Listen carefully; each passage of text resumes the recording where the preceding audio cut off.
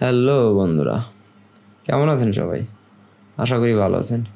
আবারও top job বিডিতে নতুন আরেকটি চাকরির বিজ্ঞপ্তিতে আপনাদের স্বাগতম।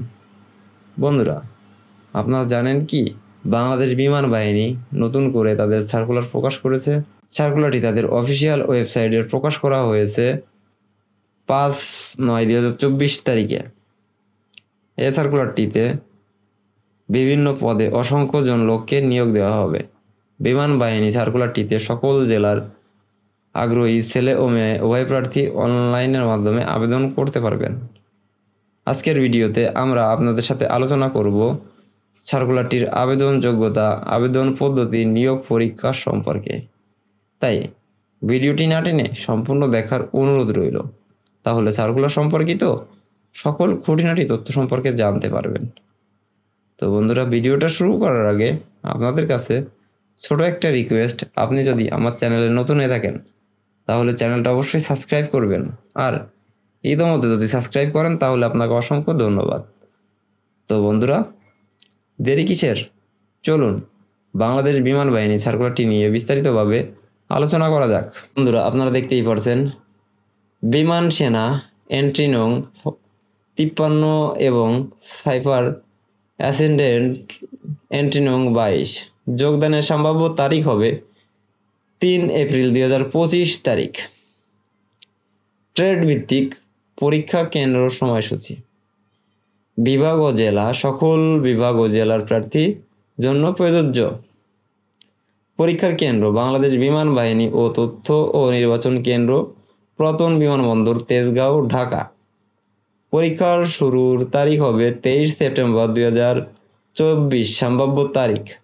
পরীক্ষার সময়সূচি: আবেদনপত্র জমা হওয়ার সাপেক্ষে টেকনিক্যাল, নন টেকনিক্যাল, প্রভোস্ট ও সাইফার অ্যাটেন্ডেন্ট ট্রেড পরীক্ষার সময়সূচি 9 সেপ্টেম্বর 2024 হতে পর্যায়ক্রমে বিমান বাহিনীর ওয়েবসাইট এ প্রকাশ করা হয়েছে।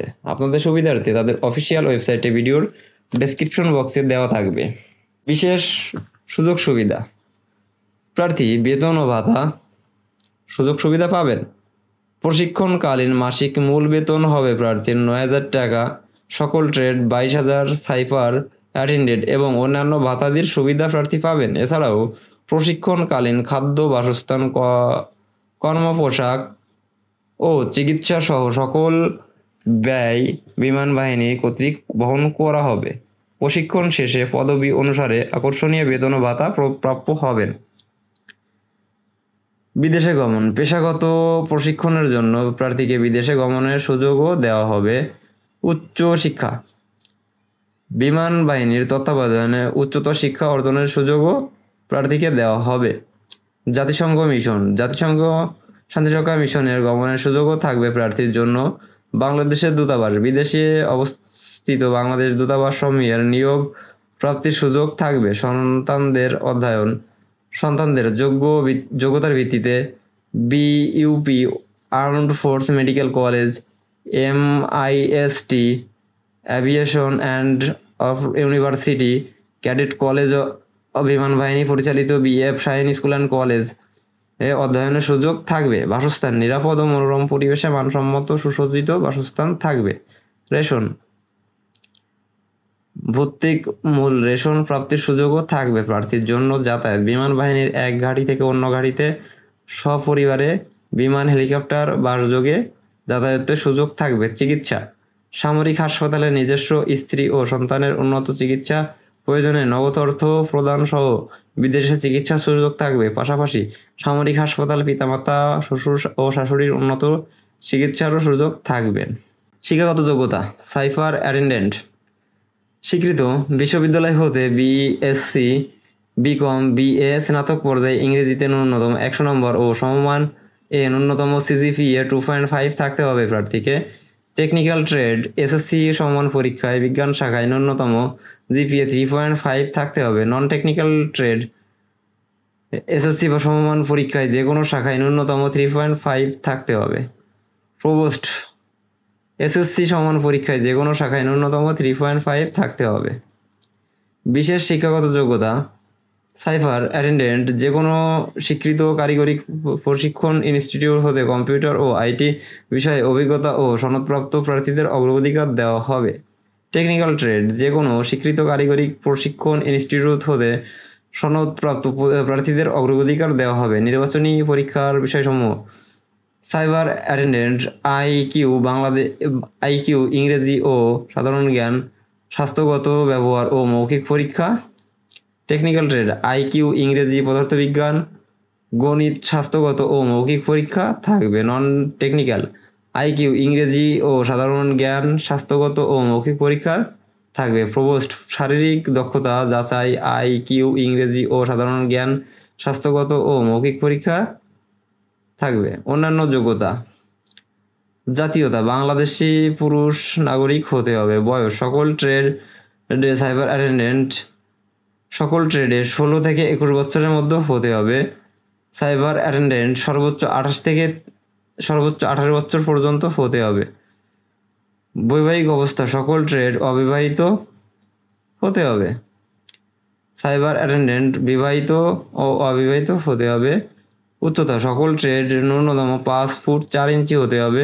প্রবোস্ট ন্যূনতম 5 ফুট 8 ইঞ্চি হতে হবে। ওজন বয়স ও উচ্চতা অনুযায়ী ওজনের মাপ নেওয়া হবে। বুকের মাপ ন্যূনতম 30 ইঞ্চি, প্রসার অবস্থায় 2 ইঞ্চি হতে হবে। চোখের সততা 6x6 স্বাভাবিক দৃষ্টিভঙ্গির গ্রহণযোগ্য নয়। অযোগ্যতা নৌ ও সেনা, বিমান বাহিনীর অথবা অন্য কোনো সরকারি চাকরি হতে বরখাস্ত ও অপসারিত হলে, যে কোনো ফৌজদারি অপরাধের জন্য আদালত কর্তৃক দণ্ডপ্রাপ্ত হলে, সরকারি চাকরির নিয়োগের নিমিত্তে ঘোষণা। তো বন্ধুরা, এরপর আপনাদের সাথে আলোচনা করব তাদের অনলাইনে আবেদনপত্র জমাদানের নিয়মাবলী নিয়ে। সকল প্রার্থীকে অবশ্যই অনলাইনের মাধ্যমে আবেদন করতে হবে। অনলাইনে আবেদনপত্রের নিয়মাবলী: অনলাইনে মাধ্যমে পদ্ধতি সরকারি তাদের অফিসিয়াল ওয়েবসাইটে অ্যাপ্লাই বাটনে ক্লিক করে পরবর্তী নির্দেশনা অনুযায়ী রেজিস্ট্রেশন করে অনলাইন পদ্ধতিতে 200 টাকা পরিশোধ করা হলে রেজিস্ট্রেশনকৃত মোবাইল নম্বরে ইউজার আইডি এবং পাসওয়ার্ড প্রেরণ করা হবে। উক্ত ইউজার আইডি ও পাসওয়ার্ড ব্যবহার করে লগইন এ ক্লিক করে অনলাইনে আবেদন পূরণ ও প্রিন্ট করতে হবে। অনলাইনে আবেদনপত্র চূড়ান্ত সাবমিট করার আগে আবেদনকারী নিরীক্ষণের সুযোগ পাবেন এবং চূড়ান্তভাবে সাবমিট করার পর পুনরায় সংশোধন করার সুযোগ থাকবে না। আবেদনপত্র সাবমিট করার পর পরীক্ষা প্রবেশপত্র ডাউনলোড করা যাবে। এরপর উক্ত আবেদনপত্র এবং প্রবেশপত্র প্রাথমিক লিখিত পরীক্ষার নির্ধারিত তারিখের নিয়োগ বিজ্ঞপ্তিতে উল্লেখ ও সংখ্যা, ছবি, অন্যান্য সনদের সত্যায়িত ফটোকপি বিমান বাহিনী তথ্য ও নির্বাচনী কেন্দ্রে জমা দিতে হবে।